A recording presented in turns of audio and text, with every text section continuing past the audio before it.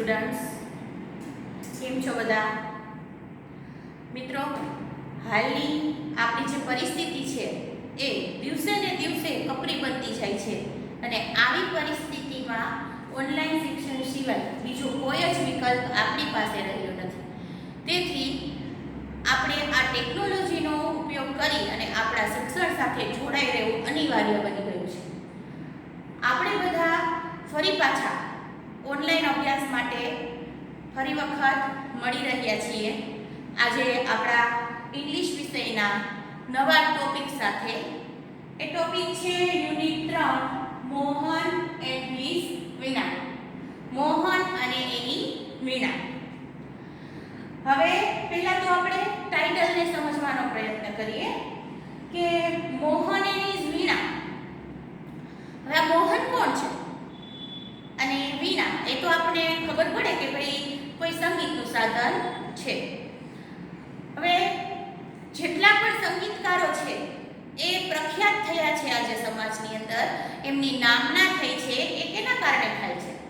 એના સંગીતનું જે સાધન છે, દરેક સંગીતકારનું કોઈ એક એવું સાધન હોય છે કે જેના પર એની માસ્ટરી હોય છે.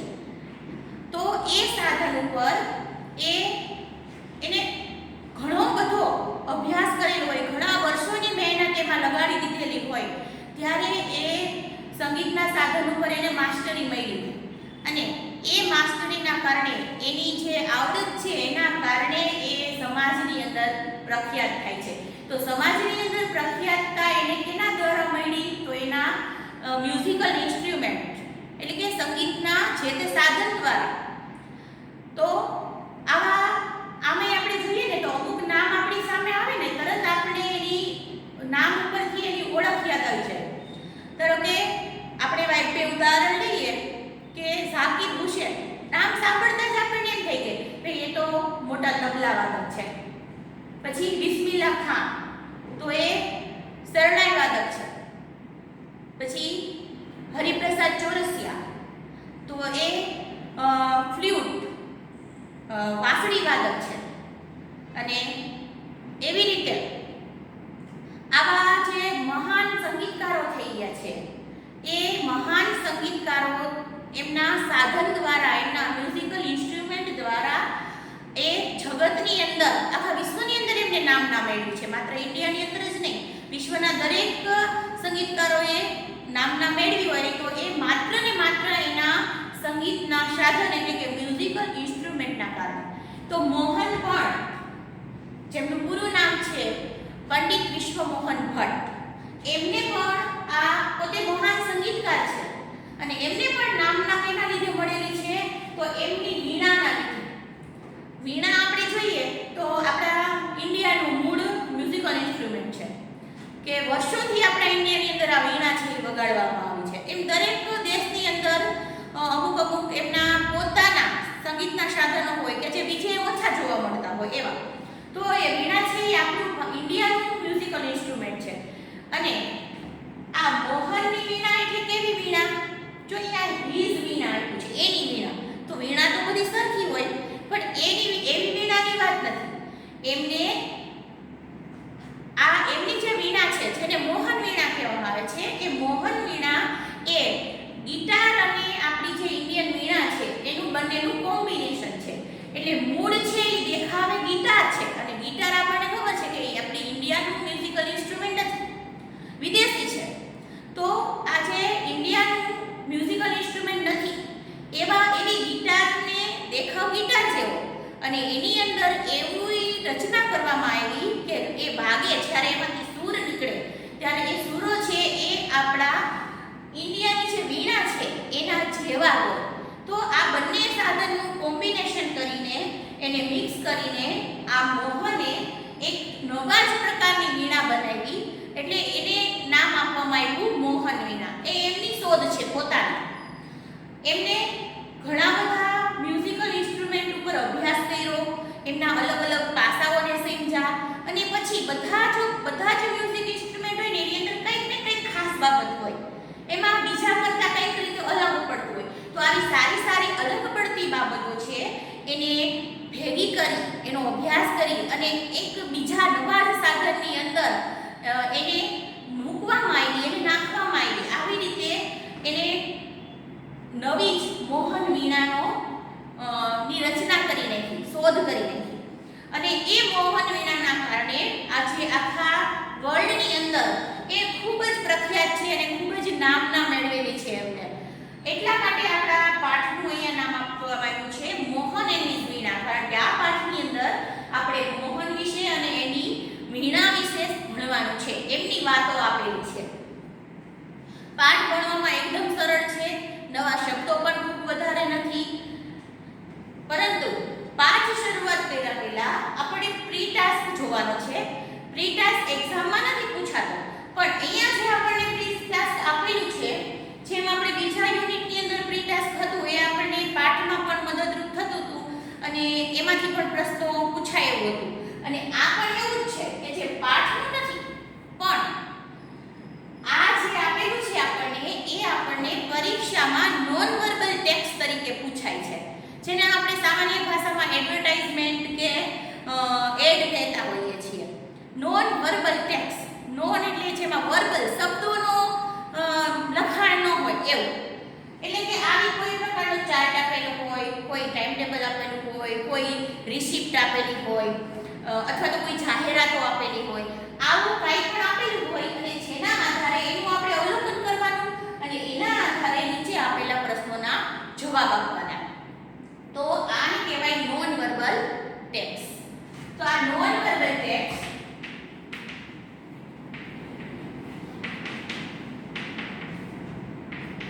એ આપણને પરીક્ષાની અંદર પૂછાય છે. ગ્રામરના એક ટોપિક તરીકે આમ કહીએ તો અહીંયા જુઓ, આ એક ચાર્ટ આપેલો છે, ઉપર લખેલું છે musical instrument liked by student. Musical instrument એટલે મ્યુઝિકના સાધનો જે લાઇક્ડ એટલે ગમાયેલા હોય સ્ટુડન્ટ વિદ્યાર્થીઓ દ્વારા ગમાડવામાં આવતા હોય એનો ચાર્ટ આપેલો છે. અમુક વિદ્યાર્થીઓ ઉપર સર્વે કરેલું હોય અને એના આધારે આ ટકાવારી નક્કી કરેલી હોય. હવે જુઓ, ગિટાર કેટલા પર્સન્ટ સ્ટુડન્ટને ગમે છે? 10%. ફ્લ્યુટ કેટલા પર્સન્ટને ગમે છે? 14%. તબલા 26% અને હાર્મોનિયમ છે 50%. આ આપણને ટકાવારીમાં ચાર્ટ આપેલ છે. અહીંયા આપણને જુઓ કઈ સ્ટુડન્ટ કેટલા સ્ટુડન્ટનું અવલોકન કરેલું છે એ જણાવવામાં આવ્યું નથી. પણ જો ઘણી વખત એવું બને કે અહીંયા તમને ચોક્કસ કહી દેવામાં આવે કે ભાઈ 200 વિદ્યાર્થીઓનો સર્વે કરેલો છે, 500 વિદ્યાર્થીઓનો સર્વે કરેલો છે, આવું કહી દેવામાં આવે. પણ અહીંયા આપણને કંઈ કહેવામાં આવેલું નથી. હવે તમે ટેક્સ્ટ બુકની અંદર પ્રી ટાસ્કમાં આ ચાર્ટની નીચે આપેલા ક્વેશ્ચન જુઓ, જેમાં પહેલો ક્વેશ્ચન છે which is the most popular musical instrument. Most popular એટલે સૌથી વધારે પોપ્યુલર ઇન્સ્ટ્રુમેન્ટ કયું છે? હવે આમાં જેટલા વધારે વિદ્યાર્થીઓ પસંદ કરે એ પોપ્યુલર કહેવાય. તો આમાં ટકાવારી જોતા આપણને ખબર પડે કે સૌથી વધારે કયું સાધન છે? 50%માં હાર્મોનિયમ. તો તમને પૂછ્યું છે કે કયું સાધન છે એ મોસ્ટ પોપ્યુલર છે, તો આન્સર શું આવશે? હાર્મોનિયમ. તો અહીંયા સામે જ તમે એના આન્સર છે એ પેન્સિલથી લખી નાખજો. તો પહેલાનો જવાબ આવશે હાર્મોનિયમ. પછી બીજો પ્રશ્ન છે which is the least popular musical instrument. least એટલે ઓછું, સૌથી ઓછું પોપ્યુલર કેવું હોય? તો આમાં જો ટકાવારીમાં ફરી પાછા સૌથી ઓછા ટકા કયા છે? 10. તો 10% કયું છે? ગિટાર. તો આમાં પણ આન્સર શું આવશે? ગિટાર. ત્રીજું, how many of the student like the flute. કેટલા વિદ્યાર્થીઓને ફ્લ્યુટ ગમે છે? હવે આ કેટલા વિદ્યાર્થીઓનો સર્વે છે એ આપણને ખબર નથી, બરાબર? એટલે આપણે અહીંયા જ્યારે વિદ્યાર્થીઓની સંખ્યા ન આપેલી હોય ત્યારે માત્ર આપણે ટકાવારી જ લખવાની હોય. તો અહીંયા કેટલું આવશે? 14%, બરાબર? ચોથો પ્રશ્ન છે what is the difference between the popularity of flute and that of tablas. તબલા અને ફ્લ્યુટ આ બંનેની પોપ્યુલારિટી ની અંદર ડિફરન્સ તફાવત શું છે? તફાવત એટલે બાદબાકી આપણને ખબર છે. તો બે ઇન્સ્ટ્રુમેન્ટ કયા આવ્યા છે? તબલા અને ફ્લ્યુટ. આ તબલા તો બેયનો ડિફરન્સ એટલે 26 માંથી જ્યારે તમે 14 બાદ કરો તો ડિફરન્સ કેટલો થાય? 12% ડિફરન્સ થયો. Which instrument is liked by half of the students? Half એટલે અડધું. અડધા ભાગના વિદ્યાર્થીઓને કયું સાધન ગમે છે? તો અડધા ભાગમાં તો 50% માં કયું છે? ફરી પાછું હાર્મોનિયમ. તો પાછું પાંચમાની અંદર શું જવાબ આવશે? હાર્મોનિયમ. હવે આપણે આ આન્સર ટકાવારીમાં લખ્યા. હવે જો તમને કદાચ એવું કહેવામાં આવેલું હોય કે અહીંયા આપેલું હોય કે 200 સ્ટુડન્ટ્સ, ભાઈ 200 વિદ્યાર્થીઓનો સર્વે છે, એ ચોખવટ પાડીને આપી દીધેલું છે. તો જ્યારે તમને એવો પ્રશ્ન પૂછવામાં આવે કે કેટલા વિદ્યાર્થીઓને ફ્લૂટ ગમે છે? 14%. તો આપણે અહીંયા ટકાની બદલે કેટલા વિદ્યાર્થીઓ પૂછ્યું છે એટલે આપણે એની ગણતરી કરીને કરવું પડે. તમને ખબર છે કે ટકા કેટલા શોધવામાં આવે? 100. ટકાવારી હંમેશા 100 હોય. તો તમને ચોકડી ગુણાકાર કરતા મેથ્સની અંદર આવે છે ને આવડે છે. તો એ કઈ રીતે કરવાનું હોય કે ભાઈ જો 100 વિદ્યાર્થીઓએ 14%, તો આપણે કેટલા વિદ્યાર્થીઓનું છે? 200. તો ભાઈ 200 વિદ્યાર્થીએ કેટલા? એટલે એનો અર્થ શું થાય કે ભાઈ 200 ગુણ્યા 14 છેદમાં 100. એટલે 0 0 ઉડાડીએ તો વિદ્યાર્થીઓ 14 દુ કેટલા આવે? 28. તો અહીંયા જો 28 સ્ટુડન્ટ્સ લખવું પડે તમારે. 14% ની બદલે શું લખવું પડે? 28 સ્ટુડન્ટ્સ. એવી જ રીતે તમને ડિફરન્સ પૂછ્યો છે 12%. તો હવે 12% ડિફરન્સ છે, બરાબર? તો 100 એ 12% હોય, 100 એ 12%, તો 200 એ કેટલા? તો એવી જ રીતે શું થઈ જાય? અહીંયા 24 સ્ટુડન્ટનો ડિફરન્સ રહે 12%. તો આવી રીતે તમારે ગણતરી કરી અને આન્સર આપવા પડે જો તમને અહીંયા સંખ્યા આપી હોય તો. તો આ હતું આપણું પ્રી ટાસ્ક, જેની અંદર નોન વર્બલ ટેક્સ્ટ આપેલું હતું. આ એટલા માટે તમને મેં કરાવ્યું કે આવું આના જેવું અને આ પ્રકારનું આપણે એક્ઝામની અંદર પૂછાતું હોય છે એટલા માટે. ચલો અહીંયા પ્રી ટાસ્ક પૂરું થયું. હવે આપણે ફરી પાછા આપણે આ મુખ્ય યુનિટમાં રીડમાં જઈએ. તો રીડની અંદર આપણે મોહન અને મિસ વીણા એની અંદર શું કહેવામાં આવેલું છે એ ભાષાંતર દ્વારા સમજતા જઈએ. Mohan was born in a family of musicians. Mohan was born એટલે જન્મ્યો હતો, family એટલે પરિવાર, of musicians એટલે સંગીતકારો. મોહન સંગીતકારોના પરિવારમાં જન્મ્યો હતો. એટલે એનો અર્થ શું છે કે એમના પરિવારના સભ્યો છે એ સંગીતકારો હતા. Music was in his blood. Music એના blood એટલે લોહીમાં હતું. હવે એમ કેમ લોહીમાં? એટલે તો આપણને ખબર છે કે ઘણા બધા ગુણો એવા હોય છે કે જે આપણને આપણા મમ્મી પપ્પા દાદા દાદી દ્વારા વારસામાં મળેલા હોય અને એ ગુણો છે એ એમના વારસામાં આપણા લોહીની અંદર ઉતરી આવેલા હોય. એ 100% સાબિત થયેલી વાત છે કે ઘણાની અંદર વારસાગત ગુણ હોય. તો આ મોહનને પણ મ્યુઝિશિયનના પરિવારમાં જન્મેલો હતો એટલે મ્યુઝિક છે એને એના વારસામાં મળેલું હતું. એટલે એવો શબ્દ પ્રયોગ કરવામાં આવ્યો કે લોહીમાં હતું. એટલે મ્યુઝિક છે એના લોહીમાં હતું. He grew up with musicians. Grew up એટલે મોટું થવું. એ સંગીતકારોની વચ્ચે મોટો થયો હતો.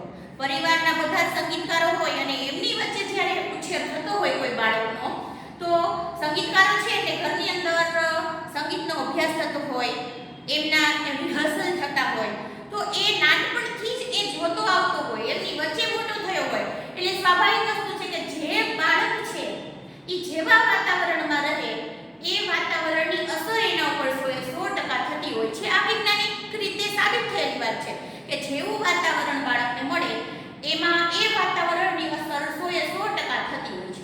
તો આ મોહન પણ આ સંગીતમય વાતાવરણની અંદર ઉછેર થયો હતો એમનો. એટલે એની અંદર પણ એક તો વારસામાં એને ગુણો મળેલા છે, પ્લસ એનો ઉછેર પણ એવા વાતાવરણની અંદર થયેલો હતો. મ્યુઝિકકારોની વચ્ચે, સંગીતકારોની વચ્ચે એમનો ઉછેર થયો હતો. Like his father and other family members. Like એટલે જેમ એમના ફાધર એટલે પિતા અને અધર ફેમિલી મેમ્બર્સ એટલે બીજા પરિવારના સભ્યો.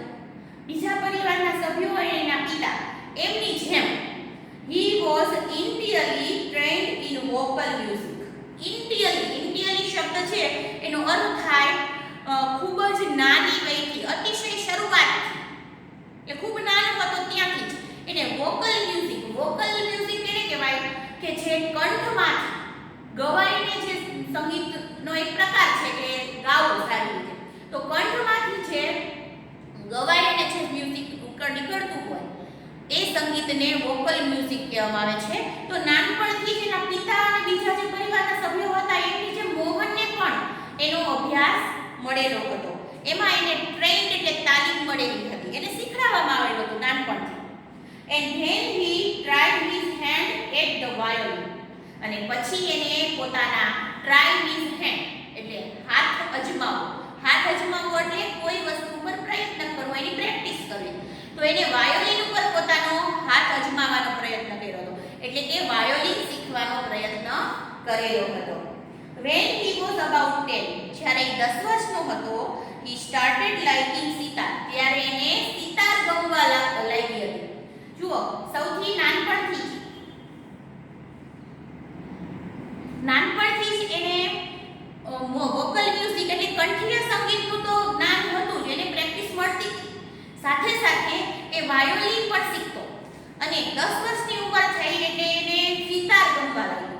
હવે અમુક ઉંમર સુધી આપણને ગમવું ને ન ગમવું ને એવું ખબર ન હોય. સામાન્ય રીતે એક્ઝામ્પલ લઈએ તો ભાઈ નાનો બાળક હોય એને મમ્મી જે કપડાં પહેરાવે પહેરી લે, પણ થોડુંક જ્યારે બાળક મોટું થાય એટલે એને પોતાની પસંદગીની ખબર પડે કે ભાઈ મને આ નથી ગમતું, મને આ ગમે છે, મારે આ પહેરવું છે. એવી રીતે મોહન જ્યારે 10 વર્ષનો થયો ત્યારે એને અમુક વસ્તુ ગમવી ન ગમવી એમ એને સિતાર ગમવા લાગી. સિતારમાં એને રસ પડવા લાગ્યો. he was also trained in it. એને એમાં પણ તાલીમ લીધી, એ પણ શીખ્યો સિતાર પર. and played it for about 3 years. અને પ્લેડ એટલે વગાડવું. આ સિતારને એને લગભગ 3 વર્ષ સુધી વગાડી. 3 વર્ષ સુધી સિતાર ઉપર એને અભ્યાસ કર્યો. એટલે તમને જો આ પેરેગ્રાફમાંથી એવો પ્રશ્ન પૂછવામાં આવે કે મોહનના શરૂઆતના સંગીતના અભ્યાસ વિશે જણાવો, તો સૌથી પહેલા શું આવે કે સૌપ્રથમ એને શરૂઆતથી જ વોકલ મ્યુઝિક શીખ્યો હતો, પછી એ વાયોલિન શીખ્યો અને ત્યાર પછી એને સિતાર શીખી. એટલે આ એની શરૂઆતનો અભ્યાસ છે નાનપણનો. આગળ જોઈએ second પેરેગ્રાફમાં. A German lady came to stay with Mohan's family. એક જર્મનથી લેડી એટલે યુવતી આવી હતી જે મોહનના પરિવારમાં સ્ટે એટલે રોકાવા માટે, રહેવા માટે. To learn music from his father. To learn એટલે શીખવા માટે, મ્યુઝિક એટલે સંગીત અને એના ફાધર પાસેથી. એના પિતા છે એ સંગીતકાર હતા એટલે એમના પાસે સંગીત શીખવા માટે એક જર્મનથી એક યુવતી આવી હતી અને એ સંગીત શીખે એટલા દિવસ એમના ઘરે રોકાણી હતી. It was then that the guitar entered his life. It was then that એટલે આ સમય પછી એટલે જ્યારે આ લેડી એના ઘરમાં આવી ત્યાર પછીથી ગિટાર એના જીવનમાં આવી. ગિટાર એના જીવનમાં આવી એનો અર્થ શું કે આજ પહેલા ત્યારે એ ગિટારને ઓળખતો હતો નહીં. એ લેડી આવી, એ વિદેશથી આવી હતી, જર્મનથી આવી હતી અને ગિટાર છે એ આપણું સાધન નથી, વિદેશી સાધન છે. એટલે એ એની સાથે ગિટાર લઈને આવી હતી અને ગિટારનો અભ્યાસ કરતી હતી. એના પછી એ ગિટાર છે ને એના જીવનમાં આવી. મોહન એ ગિટારને ઓળખતો થયો, એને શીખવાનો પ્રયત્ન કરવા લાગ્યો. એટલે એમ કરી અને આ ગિટાર એના જીવનમાં પ્રવેશ પામ્યો. He began his experiment with that beautiful instrument. એને પોતાના એક્સપેરિમેન્ટ પ્રયોગ શરૂ કરી દીધા આ સુંદર મજાના સાધન ઉપર. એ મ્યુઝિકના સાધન ઉપર એ અભ્યાસ કરવા લાગ્યો, એને શીખવાનો પ્રયત્ન કરવા લાગ્યો, નવા એક્સપિરિયન્સ પ્રયોગો કરવા લાગ્યો એના ઉપર. No other instrument now in my life. I want to play the guitar only. No instrument. હવે કોઈ પણ સાધન મારા જીવનમાં આવશે નહીં આ ગિટાર સિવાય. આવું said Mohan to himself. himself એટલે પોતાની મનમાં, પોતાની જાતે મનોમન એને નક્કી કરી લીધું, પોતાની જાતને કહી દીધું કે ભાઈ આ ગિટાર સિવાય હવે મારા જીવનમાં જીવનમાં બીજું કોઈ સંગીતનું સાધન આવશે નહીં, કારણ કે એને એટલી બધી ગીટાર ગમવા લાગી, એને એના ઉપર એટલો બધો રસ પડવા લાગ્યો કે મનોમન એને નક્કી કરી લીધું, નિર્ણય કરી લીધો કે ભાઈ હવે મારે આ ગીટારને લઈને જ આગળ વધવું છે, એને જ શીખવી છે અને એનો જ અભ્યાસ કરવો છે. Guitar took all his time. ગિટારે તેનો બધો જ સમય લીધો. took એટલે લીધું.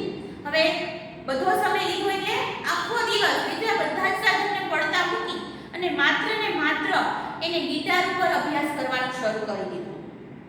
Guitar the whole day guitar. Guitar આખો દિવસ guitar. Ours is a family where sitar, vocals and classical violin are practiced. Ours in a family એટલે આપણા પરિવારની અંદર where કે જ્યાં સિતાર, વોકલ્સ એટલે કંઠીય સંગીત અને ક્લાસિકલ શાસ્ત્રીય વાયોલિન છે એ પ્રેક્ટિસડ એટલે એની અભ્યાસ કરવામાં આવે છે. The guitar does not have the effect which our instrument do and moreover. Guitar છે એની અંદર does not have the effect એટલે અસર, એવી અસર નથી કે એમાં એનું એવું રિઝલ્ટ નથી મળતું કે જે આપણા જે ઇન્ડિયાના સાધનો છે એમાંથી જે સંગીત નીકળે છે, એમાંથી જે સૂર નીકળે છે એવું આ ગિટારમાંથી એવું મળતું નથી કે મોરેવર એટલે એથી સારું કે એના જેવું એવું સંગીત એમાંથી મળતું નથી. ઇટ્સ નોટ ફ્રોમ ઇન્ડિયા, એ આપણા ઇન્ડિયાનું નથી. Said one of the family members. એક પરિવારના સભ્યએ આવું મોહનને કહ્યું. જ્યારથી મોહન ગિટારમાં રસ દાખવવા માંડ્યો, ગિટાર ઉપર પ્રેક્ટિસ કરવા લાગ્યો, ત્યારે એના પરિવારના એક સભ્યએ એને એવું કીધું કે ભાઈ ગિટાર છે એ આપણી ઇન્ડિયાની નથી અને વળી પાછું આ ગિટારની અંદરથી જે મ્યુઝિક નીકળે છે, જે સંગીત ઉત્પન્ન થાય છે એ આપણા જે ઇન્ડિયાના સાધનો છે એને તોલે આવે એવું છે નહીં, કે એનાથી સારું પણ નથી. અને આપણા ઘરની અંદર તો કોઈ ગિટાર વગાડતું નથી, બધા સિતાર અને વોકલ મ્યુઝિક, ક્લાસિકલ વાયોલિન વગાડે છે. Do you know your father does not approve your love for the guitar, said his auntie. એના આંટીએ કહ્યું કે do you know, શું તું જાણે છે, your father does not approve. તારા પિતાને approve એટલે પસંદ પડવું કે છૂટ આપવું. હવે તારા પિતાને પસંદ નથી કે શું પસંદ નથી, your love for guitar. તારો જે ગિટાર પ્રત્યેની ચાહના છે, પ્રેમ છે, કે ગિટાર પ્રત્યેનું જે આકર્ષણ છે એ તારા પિતાને મંજૂર નથી, તારા પિતાને પસંદ નથી. But his mother came to help him. પણ એમની માતા છે કેમ એટલે આવું અને હેલ્પ એટલે મદદ માટે આવી. હવે અહીંયા જુઓ, આ વાક્ય ઉપરથી આપણને એટલી ખબર પડે કે ગિટાર ઉપર અભ્યાસ કરતો તો મોહન, એ એના પરિવારના સભ્યોને ગમતું નહોતું. કોઈને કોઈ રીતે એ બધા એને સમજાવતા, એમને કહેતા કે ભાઈ આ સાધન છે એ કામનું નથી, તું એ મૂકી દે અને આપણા જે સાધનો છે જે આપણા પરિવારના સભ્યો વગાડતા આવ્યા છે એનો અભ્યાસ કર, એ શીખ. પણ મોહન છે એને ઘરના બધા પરિવારના સભ્યો છે એની વિરુદ્ધમાં હતા, પણ એમની માતા જે છે એને આ મોહનની મદદ કરી, એમની મદદે આવી. Let him follow his heart's desire, she declared. એને ડિક્લેર જાહેર કરી દીધું કે let him follow એટલે એને અનુસરવા દો, એને કરવા દો. heart's desire, heart's એટલે હૃદયની અને desire એટલે ઈચ્છા, એની હૃદયની જે ઈચ્છા છે એ પ્રમાણે એને કરવા દો. આવું એના મમ્મીએ ડિક્લેર એટલે જાહેર કરી દીધું, એટલે કે ઘરની અંદર બધા સભ્યોને કહી દીધું કે ભાઈ તમે એને કોઈ ના પાડશો નહીં. એને મનની ઈચ્છા ગિટાર શીખવાની છે તો એને ગિટાર શીખવા દો, એને એની અંદર પ્રેક્ટિસ કરવા દો, તમે કોઈ એને ના પાડશો નહીં. આવું જાહેર કરી દીધું. એટલે પરિવારના સભ્યો વિરુદ્ધમાં હતા, પણ આ ગિટારની અંદર એને આગળ વધવા માટે એની માતાએ એને મોહનને મદદ કરી. હવે આગળ માતાની મદદ પછી આગળ શું થાય છે મોહનના જીવનની અંદર, કઈ રીતે મોહન છે પોતાની વીણાની અંદર નામના મેળવે છે, કેટલો અભ્યાસ કરે છે, આ બધી જ વાત આગળ આપણે બીજા સેશનની અંદર જોશું. તો મિત્રો આજે આપણે એક તો નોન વર્બલ ટેક્સ્ટ વિશેની માહિતી મેળવી પ્રી ટેક્સ્ટની અંદર અને મોહનના જીવનની માહિતીની શરૂઆત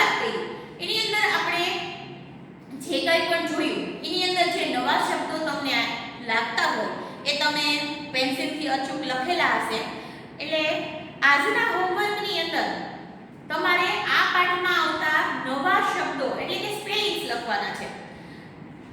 સ્પેલિંગ અને અર્થ, ગુજરાતી અર્થ એના એ આપણે જે પાકી બુકમાં લખીએ છીએ, જેમ તમે અત્યાર સુધી પહેલું અને બીજું યુનિટ લખ્યું છે એવી રીતે.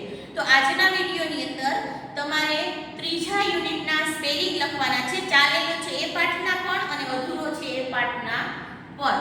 એટલે એ આખા પાઠના બધા જ સ્પેલિંગ લખવાના છે. જે તમને ફોટો છે એ ગ્રુપની અંદર મોકલી દેવામાં આવશે, જેમાંથી જોઈ અને તમારે પાકી બુકની અંદર નવા પેજથી ત્રીજું યુનિટ લખી નાખવાનું છે.